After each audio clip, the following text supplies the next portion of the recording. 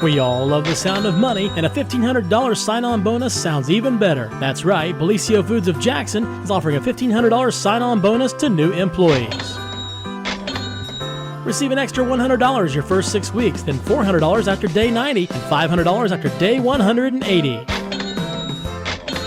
Don't wait. Apply online at BellisioFoods.com/careers today. That's BellisioFoods.com/careers. Come work for a company who truly values their employees. Come work for Bellisio Foods.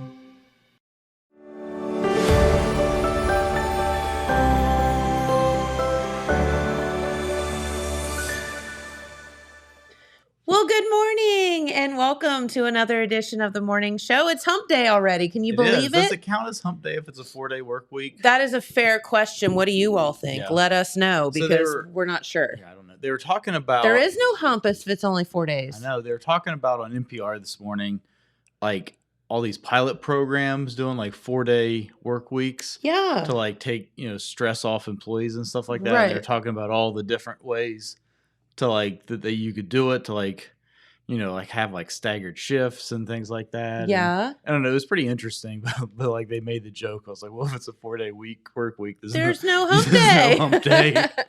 You just go from one extreme to the other. Yep. There's like the front side and the back side of the work week. Yeah. There's no hump. No but hump. Anyway, yeah. Well, welcome everyone. Welcome. We don't know if it's hump day or not because it is a 4-day work week. It is Wednesday, though. It is Wednesday.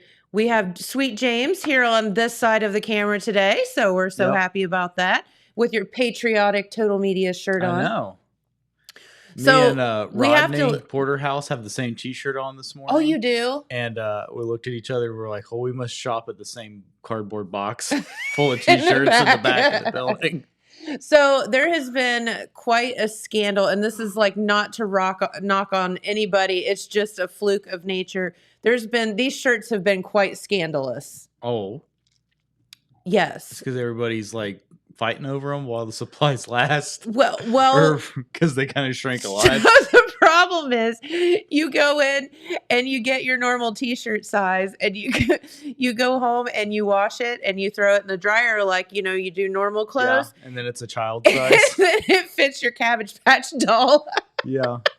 Well, that's probably why they used these shirts for us and not for customers. I was like, Jeremiah comes through the other day and he was like, got me another shirt. I think he said it's extra large or double extra large. And I'm like, why would you get a shirt that big? Like, he's small. He was like, well, my first one shrunk up to child size. Yeah. Well, I noticed because I have one too. There's a lot of 5X's in that box back there. Yeah. I mean, it would probably fit us by the time you get done drying it twice. But yeah, I got a large. And yeah, it is literally, after I washed it, it is so I'm like, what happened? I know I've gained some weight, but my goodness. So anyway, those shirts have been quite fun to, to discuss. And what size should you get so that it ends up size in which they're not as nice as the material that they normally use back there. No, not necessarily. No. So the color's nice though. It's a pretty It is, blue. and I love the red, white, and blue. Yeah. Like I love that logo. It's like a flag. Yeah. You're very patriotic. I know. Makes sense. Still We jacked up on fireworks. Well, it's better than Mountain Dew. I don't Dude, know. I had I don't know what it's called, but they've got like this orange soda Mountain Dew now. No. Yeah, I had some of that the other day. It's pretty good actually. What is it? Okay, what does it taste like? Like Tang? It doesn't taste anything like Crush, which I don't really like Crush. Okay. It tastes more like Orange Mountain Dew. Orange Pop makes me my stomach hurts so bad. Well, then maybe you shouldn't. Yeah, probably. Maybe you shouldn't have the Orange Mountain Dew. Pretty much Pop in general makes my stomach hurt, but like, that would definitely. Yeah. I think it's all the sugar. I don't know. It's a lot of sugar. There's a lot of sugar. It's a lot of sugar. Yeah.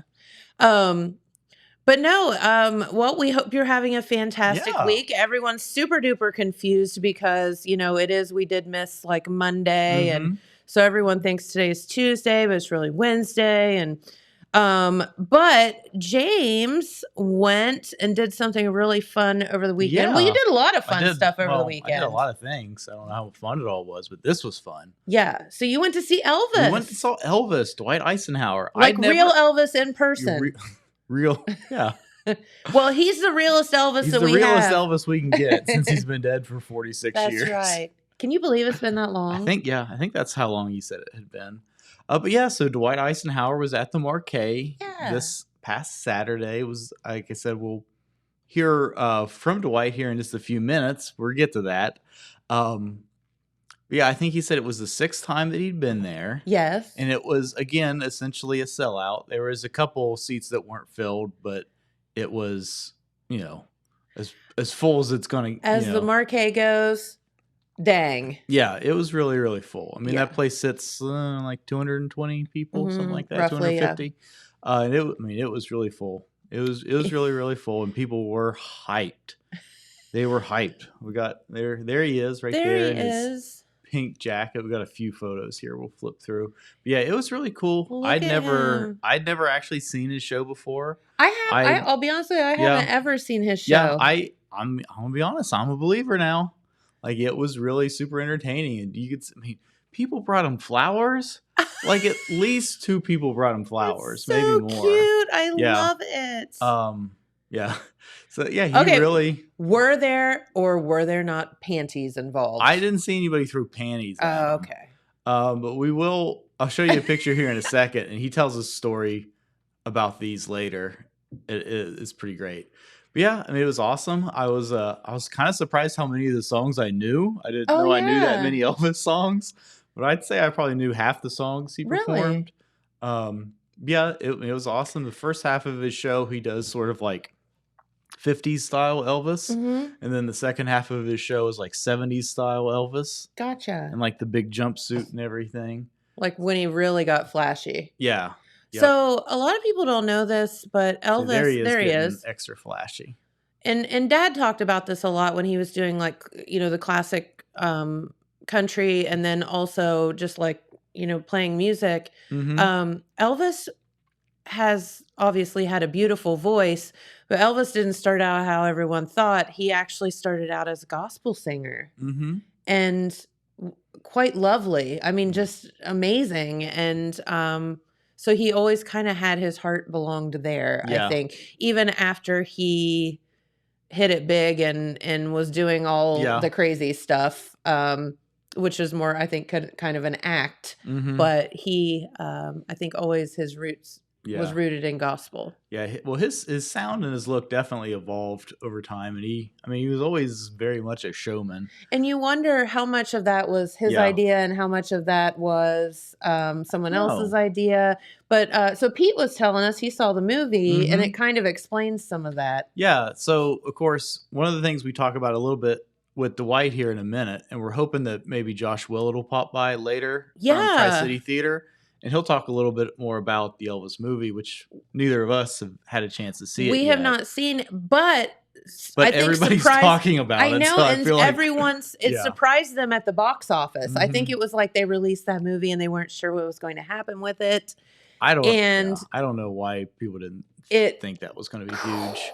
So you went right off of Top Gun to that, and I think people were thinking, well, you've got Top Gun and you've got some of these superhero movies and action stuff right now, and people aren't going to go see Elvis because it's just bad timing.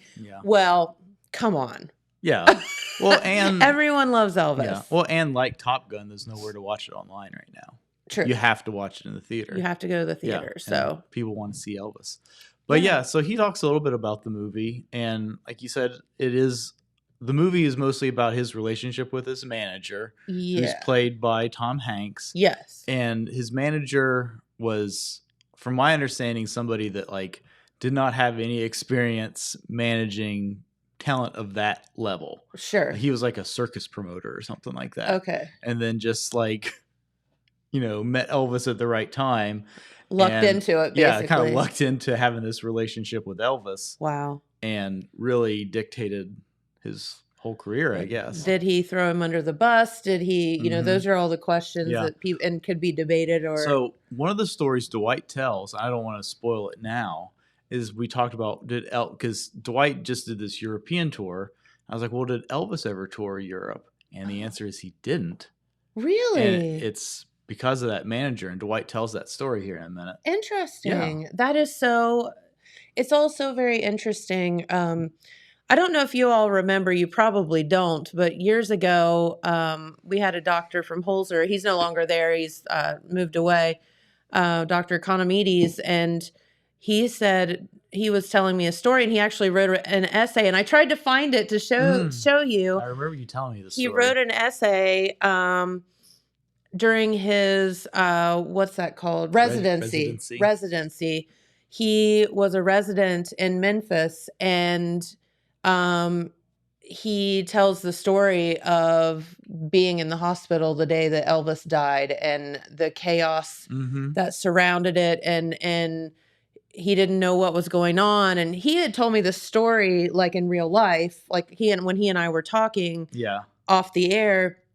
So then he sent me the essay, and it was just like you felt like you were there, because he said, they locked, he didn't know, he was just a resident in a hospital, and they locked down the hospital and no one knew why, and he couldn't get to certain floors, and he finally got down to the ER, and the elevator door opened, and Elvis was there on a table, and they were working on him and could not save him. And he said he was just, as a resident, you would just be like, what just happened before my eyes? I cannot believe this.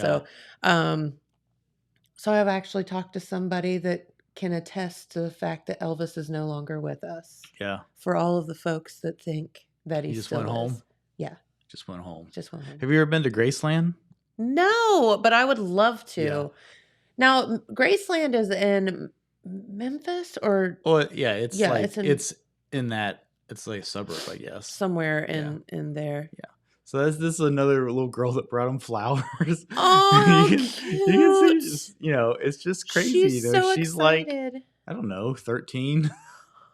And she's just like crying at Elvis. I love that so much.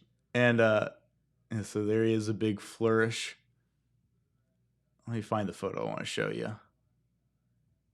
All right, so one of the things he does is he has these silk scarves that he hands out to the audience. And he told this story when he was on the show last year, and I asked him to tell it again here, so I'm not going to spoil it. Yes. But he's got a great story about these scarves. But when he started handing them out Saturday night, I ran down there. I was like, oh, these are the scarves he keeps talking about. I want to get his photo. That was a mistake, James. It was. Look at that crowd of people. We almost lost our sweet James in the crowd of women. Yeah, I just got consumed by this crowd of people getting those scarves, and I had to get out of there. I had a mild panic attack almost. I was like, man, I gotta get out of there. A herd trying to get to James. Yeah, it really was. So did you get a scarf? I didn't. I should have. You should have for all that. Have. But so then after the show, he did a little autograph signing. So here he is autographing one of the scarves.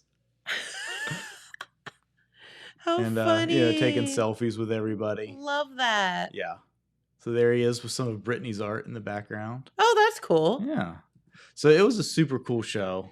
Love that. It was a lot of fun. And like I said, before the show, Dwight was nice enough to sit down with me and chat for a little while. Yeah. And so we've got that video we're going to show here in just a second. Yay. And then hopefully Josh can stop by and talk a little bit more about the movie. That would be cool. When we come back. I'm very interested to hear about the movie and to see what direction it went. Is it about Elvis's life as an entertainer? Is it about the backstory of his life? What's it about? Yeah. Well, I think the story follows his musical influences and his relationship with the manager. I think is the story that it really tells. What was his name? Colonel something or other. Something or other. Yeah. Colonel Mustard. Yeah, I think that was it. Not Captain Morgan. Captain Morgan. Did we tell that story? No, we didn't tell that story. We laughed so hard. Yeah, so when we were at the Highway Patrol a couple weeks ago, we were speaking with Lieutenant Morgan from the Ohio State Highway Patrol, and I just call him, slips out, I call him Captain Morgan. We're like, no, James, that's the Everybody drink. starts laughing at me. But he did clarify that Captain would be a promotion, so it wasn't quite as it wasn't like a stab in the heart, because actually if he were captain that would be better. Yeah. So James is never going to live that It one was down. pretty funny. It was pretty funny. It was But pretty I'll bet funny. that happens quite a bit. Oh, Because I'm Captain sure. Morgan is, obviously the alcohol, and you Yeah. hear about it all the time. So it's kind of like, Yeah, I'm sure it slips out Sure, quite a he bit. gets that a lot.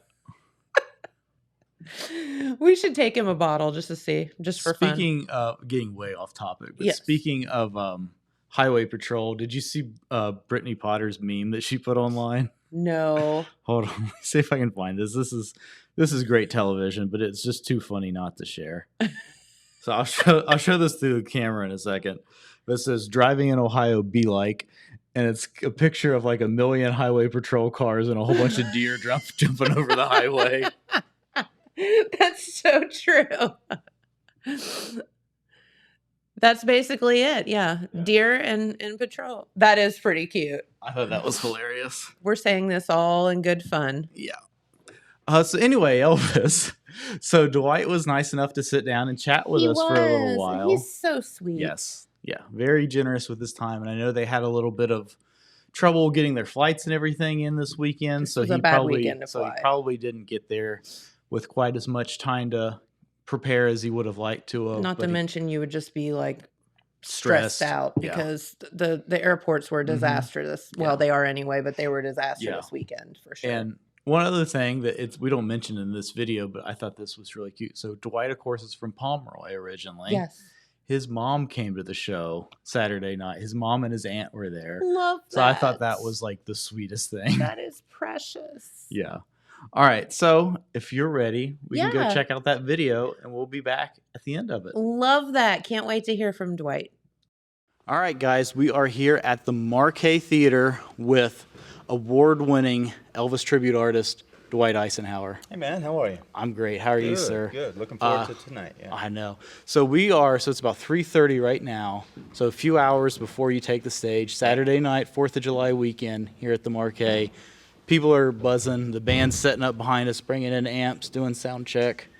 I mean, the whole town. It's just like it's 4th of July, but people are only excited for Elvis. Crazy, huh? 45 years after he left the world, Yeah. you know. Wow. It's amazing. That's the power of the king, man. Yeah. So we are also sitting here in June of 2022. The movie Elvis, #1 at the box office, Right. just proves Yeah. like how It's amazing. I mean, even in the movie, Elvis says something. The actor that plays Elvis says something like, no one's ever going to remember me. Mm-hmm. After all, I've never made a movie that meant anything. And it amazes me that that he would have thought that back then, because like now, 45 years later, he's got the #1 movie in the world. Japan, Australia, Europe, United States. It's I feel really like amazing. I feel like that says something about there's probably like really accomplished people. There's probably two sides of it. One that feel like they didn't really accomplish anything, and ones that maybe feel a little bit too much about their own accomplishments. Right. Yeah. But Elvis, he came from nothing. They were the poorest family in Tupelo, Mississippi. I mean, it was a known fact, and it truly is like the rags to riches story. Yeah. I mean, Elvis Presley started with nothing and then become the biggest thing that music's ever seen. I mean, Elvis and the Beatles, what's bigger than that? You know? It's amazing. So while we're on the subject, we'll get to you personally in a little bit, but while we're talking about the movie, have you had a chance to see it yet? I know you're traveling a lot. I won the Ultimate Tribute Artist Contest by Graceland back in 2016, so I have a good working relationship with Graceland and Elvis Presley Enterprises. I thought maybe you might know some people that knew some people. so they invited me and my wife, to the initial premiere in the United States. So we got to go to Graceland. Wow. And Tom Hanks was there. Austin Butler was there. All pretty much the full cast was there. And we got to see them, and they talked about the movie, and then they played the movie on the big screen. So it was amazing to be at Elvis's home. Wow. So did you get any one-on-one time with Hanks? No, man. When he walked up on stage, I was just, the only thing I could think is, there is Forrest Gump in the flesh. Right? Like, there he is. Yeah. Dude, I mean, talking about, like, icons, I mean, Elvis is up here, but yeah, Tom but- Hanks but ain't. Tom Hanks he's not that far. Tom Hanks is like the modern-day Jimmy Stewart, like our Jimmy Stewart. Yeah, it's of the amazing. day, I love watching, like, young Tom Hanks and how he evolved into... Yeah, Yeah, it's amazing. like, it's amazing. Man. Like, His I love career just, Yeah. and he's a guy that can do everything. He can do comedy, drama, it's amazing. a villain. Yeah. This actually was the first villain he's ever played, was Colonel Parker. Yeah. But we're not here to talk about Tom Hanks. Right. We're here to talk about Elvis, and particularly your Elvis show. So the last time you were on the show, about a year ago, you told us a little bit about how you got started, how it was kind of like showing off to your friends in high school and things like that. And they encouraged you to like do school talent shows. Yeah, the first thing I ever performed at was a high school variety show. Yeah. The band director. I was in band, and anything musical that the school offered, I took part in it. And the band director decided to do a variety show, and he knew I was an Elvis fan. He said, "Hey, work up, a couple Elvis songs," and that was the first time I ever sang on stage. Yeah. First time you ever sang on stage. On stage, yeah. Not in church choir or anything. No. Wow. That was it. It was like from here, from white to black. Just like that. No gray. No gray at all? No. Wow. That's crazy. So you've been traveling all over the place. You were in Jackson County for Memorial Day weekend on the Festival of Flags. Right. And we wish we could have caught up with you that weekend, but it's just Memorial Day. It's just so much stuff going everywhere. It's a crazy time. But you were also in Europe recently, right? Right, yeah. Me and my drummer, Carl, who's playing with us tonight, we just wrapped up 2 months in Europe. We did 39 shows, Denmark, Finland, Holland, Sweden, and Belgium. Wow. So what I want to see is is there a culture shock coming from Denmark and Sweden to Oak Hill, Ohio? Well, or is it more similar than you'd think? I mean, Elvis fans are Elvis fans, whether you're in Japan or in Jackson, Ohio. It's all a common love for music and for Elvis. But yeah, I mean, food's different. Yeah. And of course the language barrier. But when we're in Holland, most people speak English. So did Elvis tour Europe much? I'm surely he did. No. The movie touches on this. Colonel Parker was an illegal alien, so he was not Elvis he couldn't wanted have to gotten tour. back into America. Elvis wanted to tour Japan, Europe, all over, but the Colonel couldn't leave. So if the Colonel couldn't leave, Elvis wasn't going to leave. So he never got there. Yeah, he only played in the United States and Canada twice. Wow, Yeah. I did not know that. Yeah. So you mentioned the Beatles earlier? So of course the Beatles were famous for like getting their start playing in clubs in Germany, Right. and they recorded a lot of their early hits in German as well as English to Right. kind of like grow their Right. fan base. Did Elvis ever do anything? Yeah, like Elvis, that? when he started breaking off into the movies, he recorded made a movie called GI Blues, and in that movie he sings German lyrics to a song called Wooden Heart. Wow. It's kind of a funny little part of the movie where he's singing the puppets and stuff. But Yeah. Yeah, he does sing some German in there. Huh. And So he's interesting. in some of his songs he's sang a little Italian, but for the most part, not really. Yeah, so interesting. So, back to the movie Elvis again. I heard this story on NPR the other day, and I thought this was so interesting. They're interviewing the producer of the soundtrack, and they're talking about how for the movie, for all the recordings for the movie, they used equipment from the appropriate time period. Right. So, like if it was a song that Elvis recorded in the 50s, they used Vintage equipment. Yeah, they used that vintage equipment, and some of it actually came from the Country Music Hall of Fame. Right. And it was Elvis's actual equipment, like the actual stuff from Studio B in Nashville. Yeah. RCA Studios. Yeah. Yeah, isn't that And incredible? you listen to those recordings. I mean, some of the recordings that they have in the movie, and you can tell it's all vintage stuff. It's like it's just a totally different sound, isn't Right. it? It's amazing. And when you were recording on that stuff, it wasn't like you could do 300 takes of things, Right. Or even record everybody separately. Yeah. Yeah. And Elvis liked to do all of his recording like you would do live. I mean, he would gather all the singers around a big microphone in the middle of the room, and they would all gather around and record the vocals like that, play the instruments live, right? And not one by one. Right. Yeah. I mean, that's just the way you had to do Right. it back then. It's Yeah. kind of amazing. It's like a live performance in the studio. Right. There wasn't a lot of overdubbing. Back then you had to just take had it. to nail it. Right. Wow. It's incredible. That's why entertainers and musicians and singers were so much better back Yeah. then, as they had to do it that way. Yeah, you had to. There's not the luxury of overdubbing and auto tune. I mean, what was that? You know? It's before a recording artist was a thing. Right. You were a musician. Right. You were an actual. Yeah. Yeah.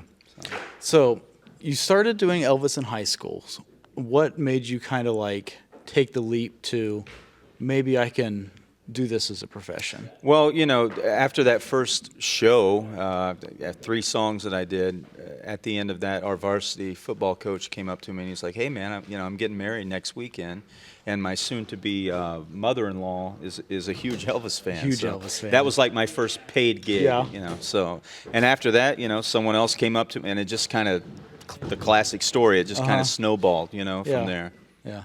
So what is it about Elvis? Like, why Elvis? Why not the Beatles? Why not? Well, I love Rolling all that. I mean, I Stones? love, Elvis, the Beach Boys, Elton John's probably my favorite singer-songwriter of all time. I just love music, period. But Elvis Presley, I mean, I don't think he was the first person to sing rock and roll. I mean, Little Richard was doing rock and roll way before Elvis ever even thought about singing rock and roll. Fats Domino, Chuck Berry, all those guys, the black artists, were doing rock and roll. What Elvis did is he came in with black influence. I mean, Elvis loved black artists. He loved the soul and the rhythm and blues and all of that. So Elvis, he recorded these songs, and he bridged the gap of black and white. He made it okay for white people, white teenagers, to listen to the black music, which catapulted everybody then. Little Richard's career started catapulting, and it really, if you trace it back, it did bridge that gap to make it acceptable. Yeah, and so, I mean, and that was something that Elvis was like inspired by when he was really little. Right. It wasn't something that he just kind of came across when he was in his 20s or whatever, like looking for a sound for his band. This is something that was It instilled what in inspired Elvis. him. Right. I mean, from a 9-year-old kid sneaking in the black churches and sitting in the back row and soaking up this soul, Yeah. And so, I mean, it wasn't something, a lot of people say Elvis stole. Elvis didn't steal. He loved these people. He idolized these people. And, looking back at it now, yeah, I mean, Elvis made it his own. He did. He took what he heard. He took the Grand Ole Opry, the white music that was being played on there, the country influence, and he took the gospel that he heard in church, and he took all that Beale Street in Memphis soul and blues that he soaked up as a child, and he put it all together and made popular rock and roll. Wow. So you start doing Elvis, and it all just kind of starts snowballing.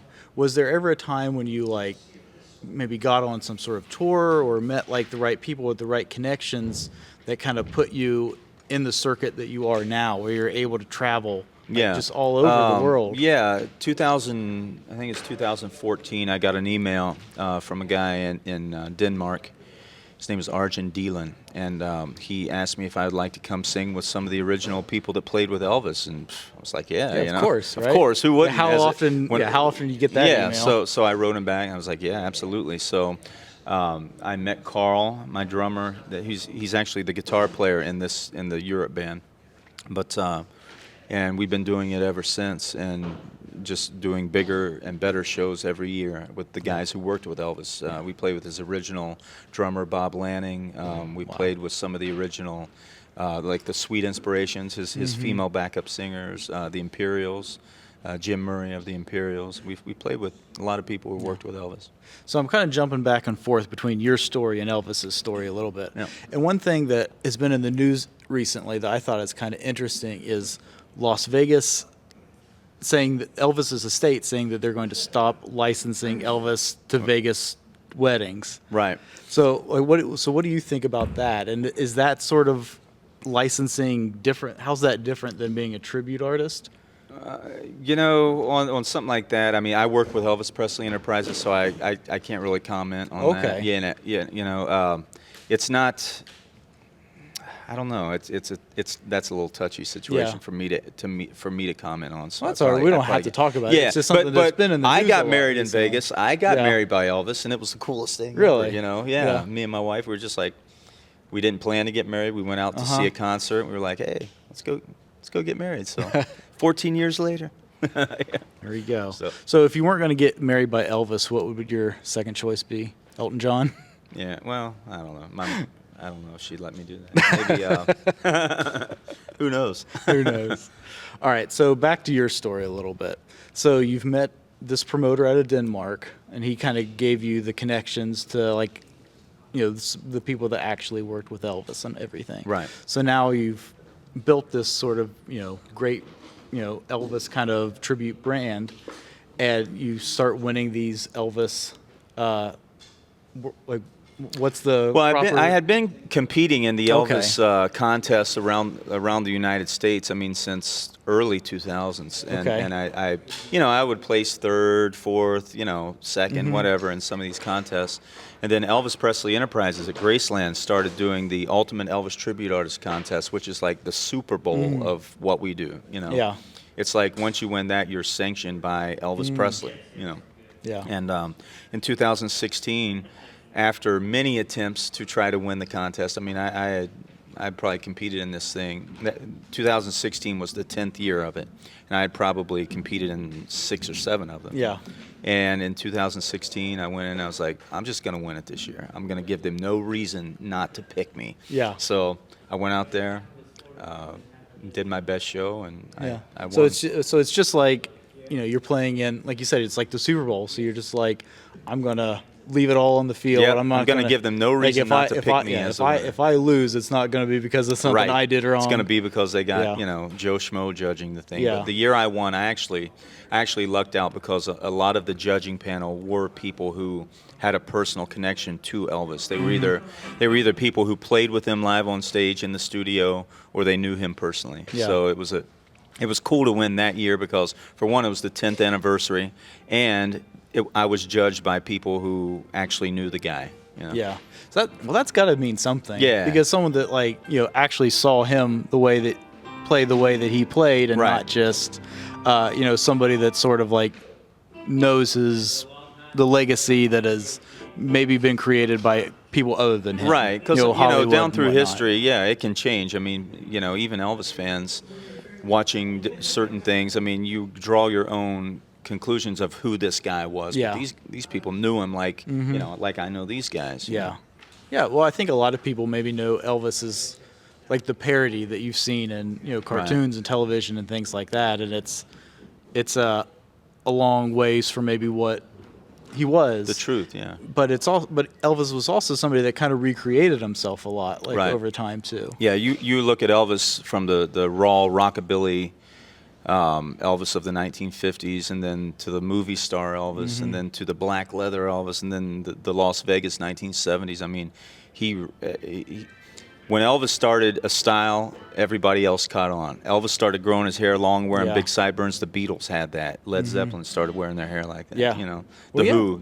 Yeah, especially if you look at the Beatles, like when they were still playing in Germany before they really hit it big, they Right. all had Elvis. They all had pompadours. They all had Elvis haircuts. They had the pompadours, the sideburns. John Yep. Lennon said before Elvis there was nothing. Yeah, they had Which I don't agree with, but Yeah. before Elvis was Little Richard. So. Yeah. Yeah.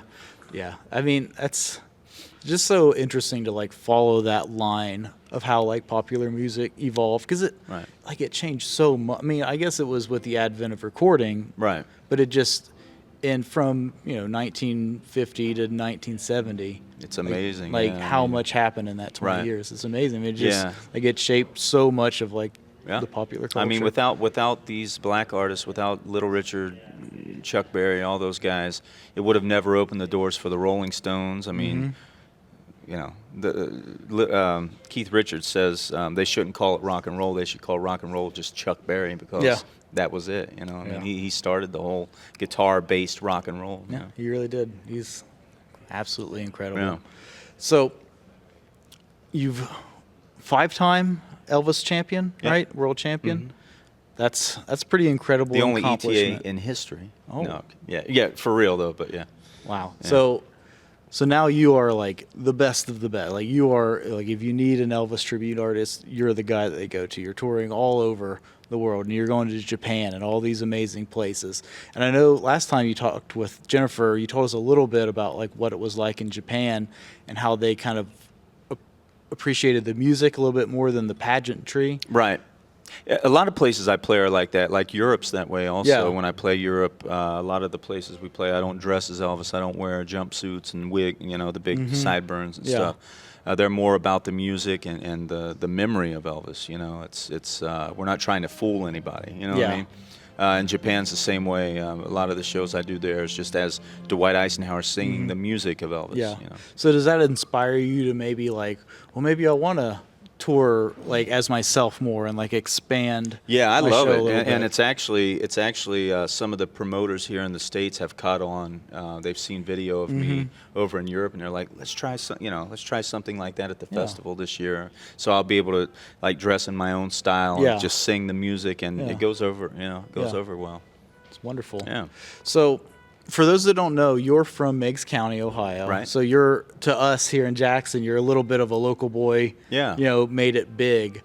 So like, what does it feel like, kind of coming from small Appalachian town like that? I love to, like, it. I all mean, this I always success? it's amazing every time we come back, you know, you see so many familiar faces, and it really, I mean, this is the place where I got to really just, dip my feet in the water, and automatically I was accepted because I was a local guy, you know, and I see it like tonight. I'll see a lot of the same people that's been coming to see me for 20 plus years. You know? So I'm excited. So I've been hearing of you for about 10 years now. So Jennifer Hughes, who is like the captain of your fan club. I don't know if she has. Jennifer's been with me for like 17 years. I don't know if she has an official title or whatever.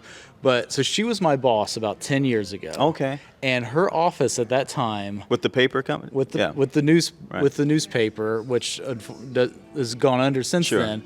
But her office is just all Elvis. Yeah. So I know of you because of her. Right. Talking about you and talking about Elvis so much back then. And she's a big part of bringing you here to Jackson. Absolutely, to Markay. And so this is the 6th time you've played here? I think the 6th time. Sixth time, is that right, Jules?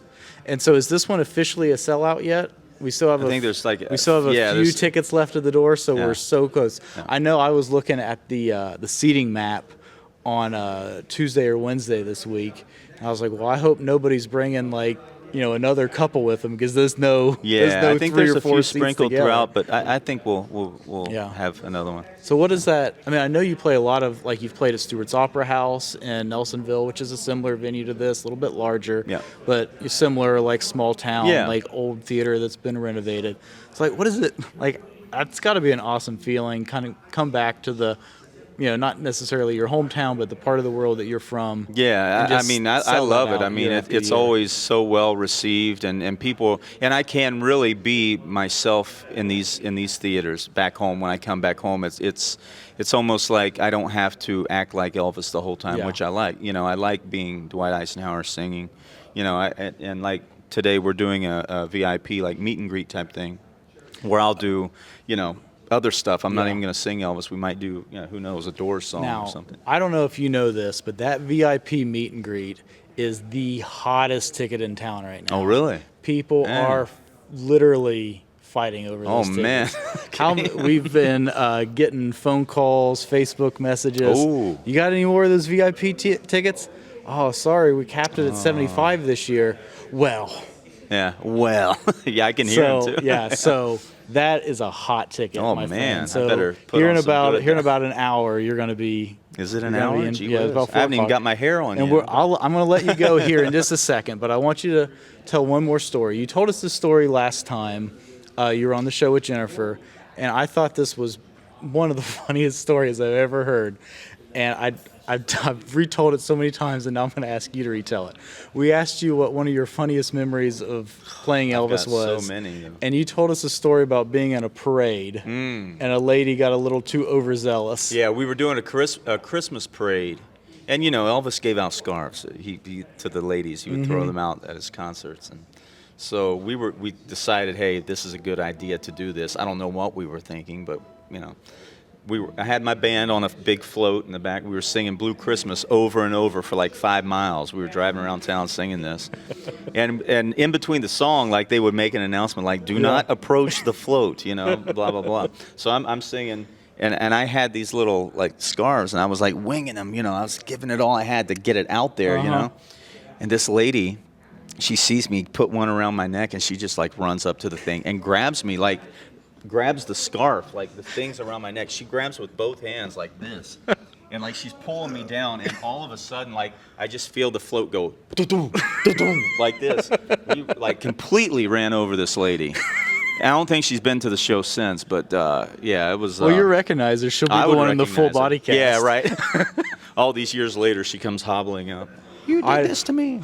I just love that story. I think that's the funniest. Yeah. I just think that's the funniest thing. So I just had to have you tell it again. Yeah.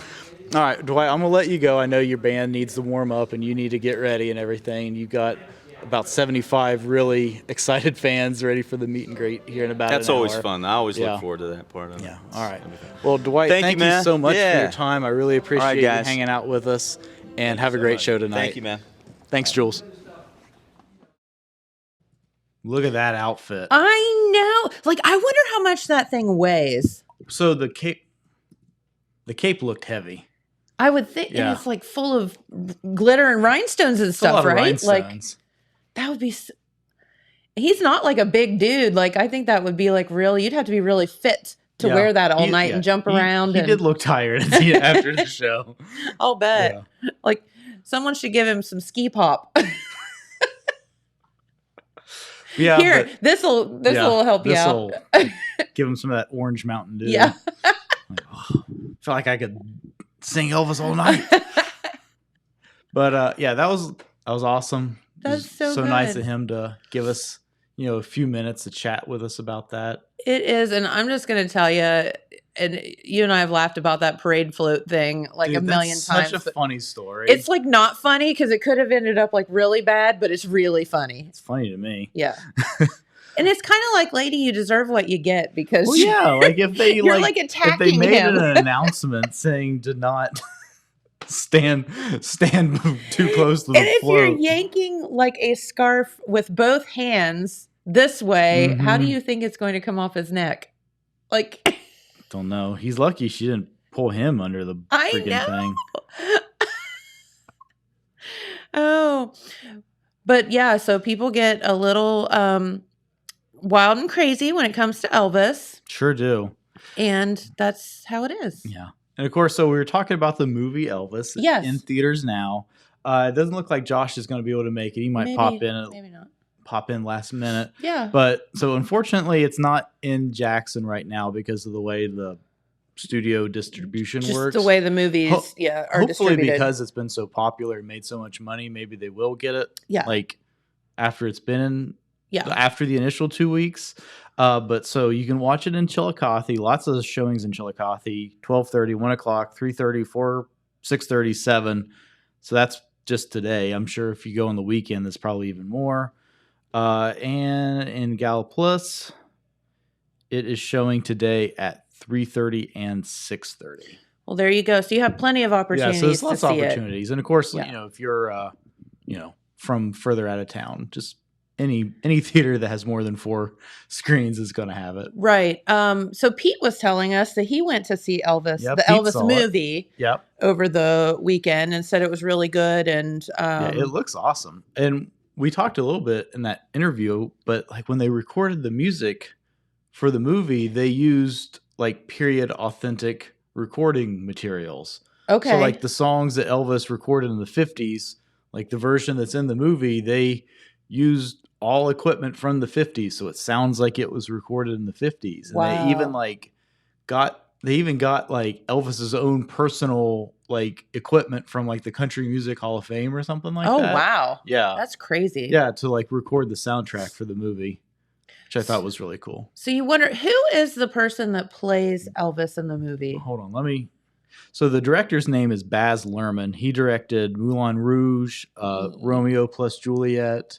Yeah, with Yeah. the Leonardo DiCaprio one, Mhm. and like, so it would be in that style. If Yes, if you've yeah. seen those movies, it will be in. But hold on, let me remember I'm blanking on the actor's name. Give me just a second.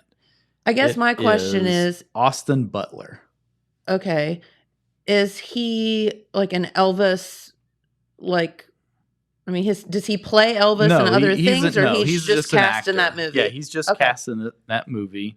Because that would be. Um, I mean, you want to talk about having the weight of the world on your shoulders Yeah. to play Elvis? Yeah, Holy it's moly. a little bit of a first like big starring role for him. He was in Quentin Tarantino's Once Upon a Time in Hollywood that came out a couple years which ago. One is he? He's Tex. I've not seen that movie. What? It is so good. Yeah. No, and so Jamie and I, you know how like you get a line from a movie and you just incorporate it into your vernacular every day? Is it something you can say on the radio? Yes. So Brad Pitt. So here's a funny story about the text. So Brad Pitt goes out to this place, and so basically, Once Upon a Time in Hollywood is based upon Charles Manson and that group of the Manson cult. Yeah. And what was her name? The blonde that actually committed the murders, or the one that got murdered? The one that got murdered. Yeah, I forget her name. Anyway, so it's about this whole thing, and it's about Leonardo DiCaprio is a Western actor, and Brad Pitt is his stunt double, and it's their banter back and forth and whatever. But so Brad Pitt in one of the scenes meets Tex. Okay. At the ranch. Yeah. So Tex breaks into his house later in the show, and he was like, and Brad Pitt did acid or something, so he's like all like, yeah, and he's like, I know you, your name's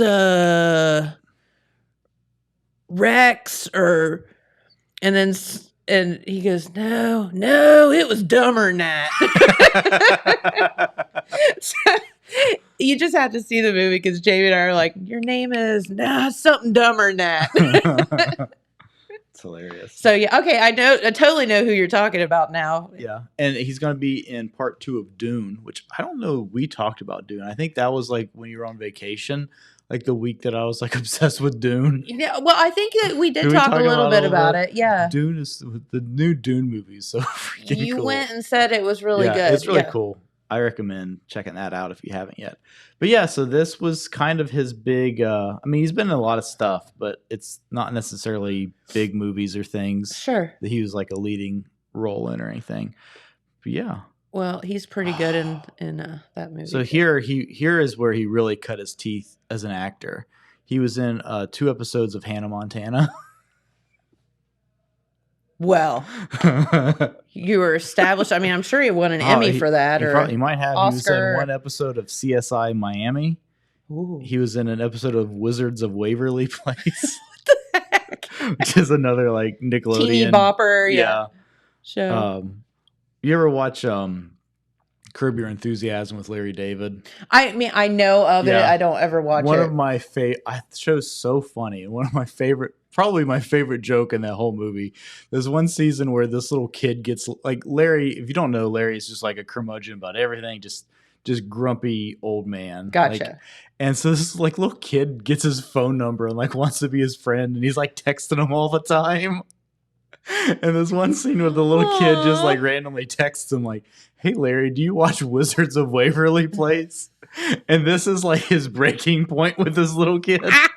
And he texts him back. He's like, "No, I don't watch Wizards of Waverly Place. I'm an adult." And he puts like 50 exclamation marks at the end of it. And like, I don't know. I just think of that anytime somebody like asks me if I'm like aware of something like that. Like, no, I don't do that. I'm an adult. I'm an adult. It's so funny. Anyway. That is so funny. But yeah. It is interesting to see actors, and I mean, obviously they're actors, so that's their job. But to see them in such different roles, like it's going to be funny now for me to see Tex as Elvis. Yeah. I'm going to be like, okay, this is why actors though have such a hard time. Sometimes they get typed into a role and they can't get out of it. Yeah. Yeah. I heard, Chris Pratt, of course, he was in Parks and Recreation, and now he's in like all the Marvel movies. I heard interview with him one time. And, so like when he first got popular for Parks and Rec, he was like kind of schlubby, little, big beer belly kind of guy. And like, that was sort of what he got real popular as. And then when he got cast in these superhero movies, he got like super rough and like everything. All fit and stuff. And in an interview, I heard him tell a story. He's like, yeah, when I first like moved to California to like pursue acting, like the first thing I did was like get in shape. And then like everything, the only thing I got cast as was like the high school bully and stuff like that. He's like, and I didn't like that. So he's like, so I got a little. So I got soft. So I got a little soft. Isn't that funny? Yeah. And you hear these actors and actresses like having to like completely transform their bodies for roles, and even a role within the same movie. Like with Christian so. Bale and was it The Machinist? Yeah, there's been several of them where it's like, so you almost have to film the movie backwards. So if you're like, super fit here, you have to be then gain weight later, or vice versa. Well, like, was it the what's the boxing movie De Niro's in? Raging Bull. That's how they did that. So they filmed that like the first half of that movie and the second half of that movie like a year apart. Because he's like a boxer in the first half, and in the second half he's like, an old man that's sort of like let himself go. Yeah, and he physically did that transition, but it took him a year to get. Obviously, it takes a while. So it's amazing. But yes, like Christian Bale, I guess is kind of the king of that. But I mean, a lot of people do it. There's been a lot of folks that have done that over the years, and of course, I mean, I guess that's why you hire people that help you do that with your body. Well, because I wouldn't have that much self motivation. Yeah. Have you seen Rob McElhenney that plays Mac and It's Always Sunny in Philadelphia? You know what I'm talking about? Have you seen his quote about like getting super buff? No. So he's like, yeah, it's great. Everybody should do it, but you should have like a movie studio pay for it all. Exactly. Like, if you want to pay someone to come and knock on my door every morning at 6 o'clock and cook my breakfast for me and whatever, and all I have to do is do what you say. Cook my like 6,000 calories of chicken and broccoli every day. Right. My egg white omelet with spinach and tofu in it. Cool. Yep. I'll eat it. Yep. Oh, that's what we should both just get real buff for this show. Should we? You mean we're not? Yeah. No, that show's so funny. Like, I don't. Did you watch that show much? Always Sunny? No, I never watched it. Oh, you've never watched it? So it's the funniest show on TV. It's like super wrong. Like they just like everything that they can like push it, they push it. Yeah. You know what I mean? But there's one season where he like gets real fat. And like the rest of them just like ridicule him for being fat like the whole time. Yeah. And then like a couple seasons later, he gets like super jacked. And they like act like they don't even notice. We're gonna rail on you for being fat, but we're not gonna say you look good now. Yeah. That's mean. It's so mean, but it's so funny. Sick and twisted, see? Yeah. But I like Fat Mac better myself. Yeah. Anyway. We digress. But no. So Elvis, that will be fun. Glad you enjoyed the show. It was a lot of fun. And I'm not a big Elvis, not particularly a big Elvis fan or anything like that, but it was a lot of fun. He is an awesome entertainer. Well, he goes all out. Dwight is definitely an awesome entertainer, and you would have to literally be in such good shape to do that, because I'm sure there's lots of jumping and dancing, and just standing up and singing an entire concert would be one thing, but let alone performing it would be a whole other story. Yeah. So did you see any good fireworks over the weekend? Did you go down to the river? I did. So I watched the Jackson fireworks on Sunday night, and I thought I was being clever. I went down to the First Presbyterian Church down at the foot of the Apple Tower. Yeah. I thought that'd be a cool spot. The trees are higher than they were the last time I watched fireworks down there. So it was a much more obstructed view than I remembered it being over there. And you didn't climb up on the top of the building because we don't own it anymore. I had offers to climb on top of other buildings, and I politely declined. But I was kind of messed that up a little bit. It wasn't as good of a spot as I thought it would be. Well, you still got some cool pictures. Yeah, though. I got a couple nice pictures. Just with some trees in them. Yeah, this was some trees in them. I mean, you want something to frame your shot There a little you bit, go. but yeah, I thought they'd be higher than they were. Yeah. Or the trees would be shorter. But then Monday night we went to Point Pleasant and watched them shoot the fireworks off the barge. Yes. That was really cool. So you can see those from either side of the river, obviously, because Yeah. they shoot them on a barge over Right. top of the river. Mhm. And so that's pretty cool. Yeah, and that park there in Point Pleasant is really nice because it's so long. So you Okay. have a lot of space to spread out.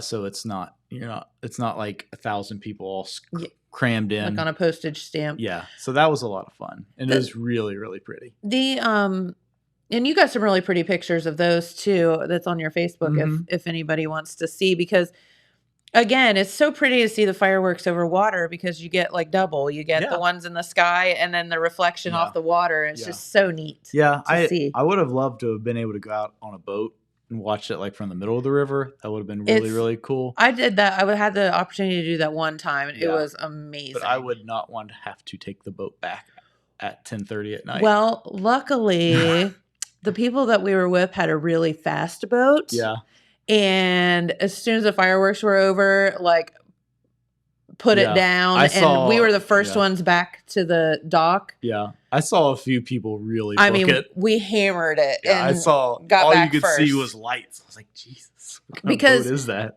Because if you don't, Yeah. then you're sitting there waiting Uh-huh. for everybody to back their trailer down, Right. put the boat on, whatever. So Right, yeah, yeah. that's So a little hint if yeah. you're ever out well, on a and boat. we knew like everybody's going to be leaving all at once. I was like, well, there's no Yeah. reason to like run to the car right now. Let's just like hang out for a little while. So we just Yeah. kind of sat there and watched the river, for a half hour or It's so. pretty. It is really pretty. But then like, about 10:30, 11 o'clock or whatever, the harbor patrol or whatever starts like going through, making sure no one's lost out there.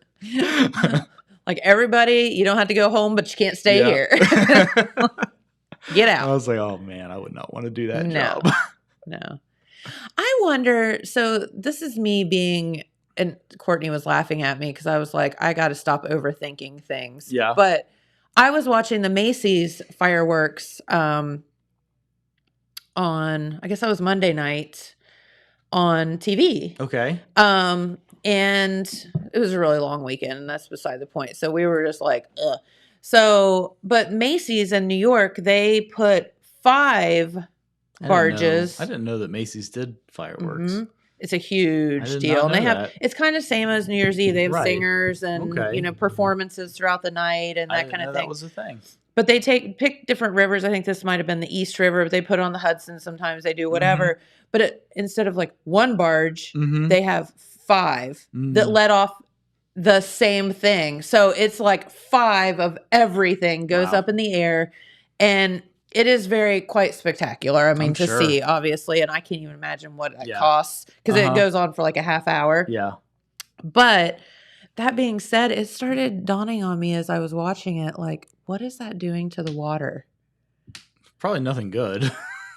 And then, so I was telling that to Courtney yesterday. I'm like, what's wrong with me that I can't just sit and watch the fireworks? Yeah. I'm like sitting there like, I mean, there are how probably many fish just died there's because of probably that? worse And like, things for water pollution than that. I But it's guess probably not helping I can't anything. imagine that it's very good for the water. Well, yeah. I mean, it's not fireworks aren't great for animals in general because it scares them and Yeah. So messes and up their hunting at night. And it does. Our neighbors put on a pretty good fireworks show. Once I realized, as I said, that the horses weren't running through the fence. Yeah. Yeah, it was pretty cool. nice. So thanks, neighbors.